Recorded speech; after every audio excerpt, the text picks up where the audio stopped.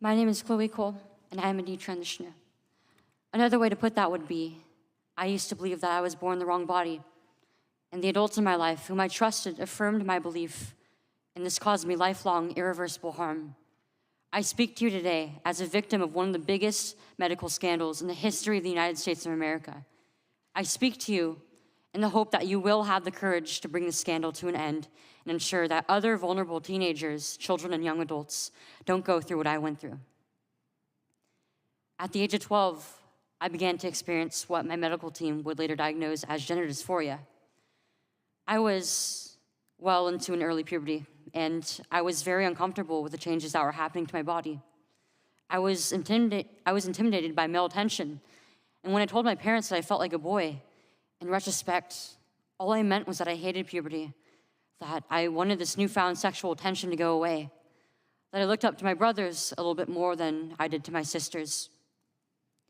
I came out as transgender in a letter I sent on the dining room table. My parents were immediately concerned. They felt like they needed to get outside help from medical professionals, but this proved to be a mistake.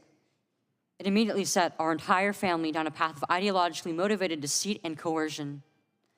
The gender specialist I was taken to see told my parents that I needed to be put on puberty-blocking drugs right away. They asked my parents a simple question: would you rather have a dead daughter or a living transgender son? The choice was enough for my parents to let their guard down, and in retrospect, I can't blame them.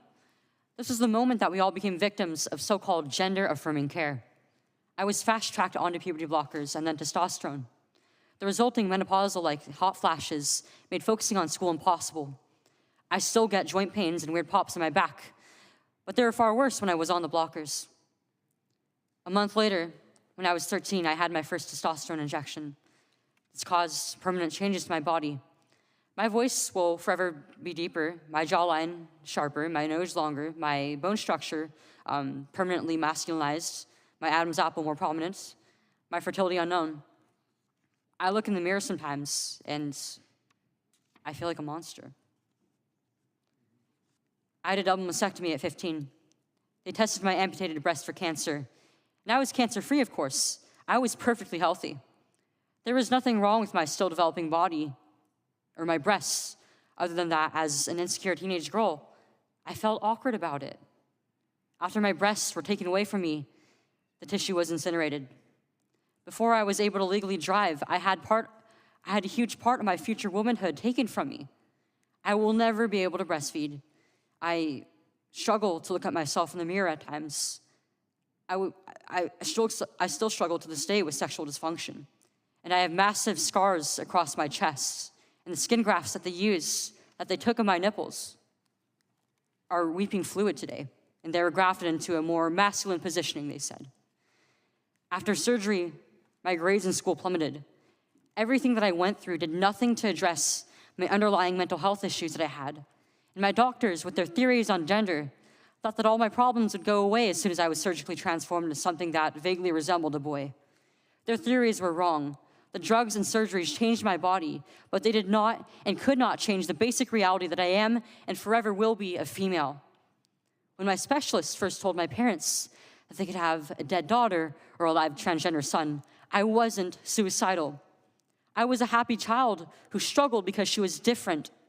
However, at 16, after my surgery, I did become suicidal. I'm doing better now, but my parents almost got the dead daughter promised to them by my doctors. My doctors had almost created the very nightmare they said they were trying to avoid. So what message do I want to bring to American teenagers and their families? I didn't need to be lied to. I needed compassion. I needed to be loved.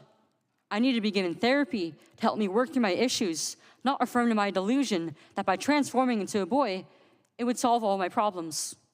We need to stop telling 12-year-olds that they were born wrong, that they are right to reject their own bodies and feel uncomfortable with their own skin. We need to stop telling children that puberty is an option, that they can choose what kind of puberty they will go through, just so they can choose what clothes to wear or what music to listen to.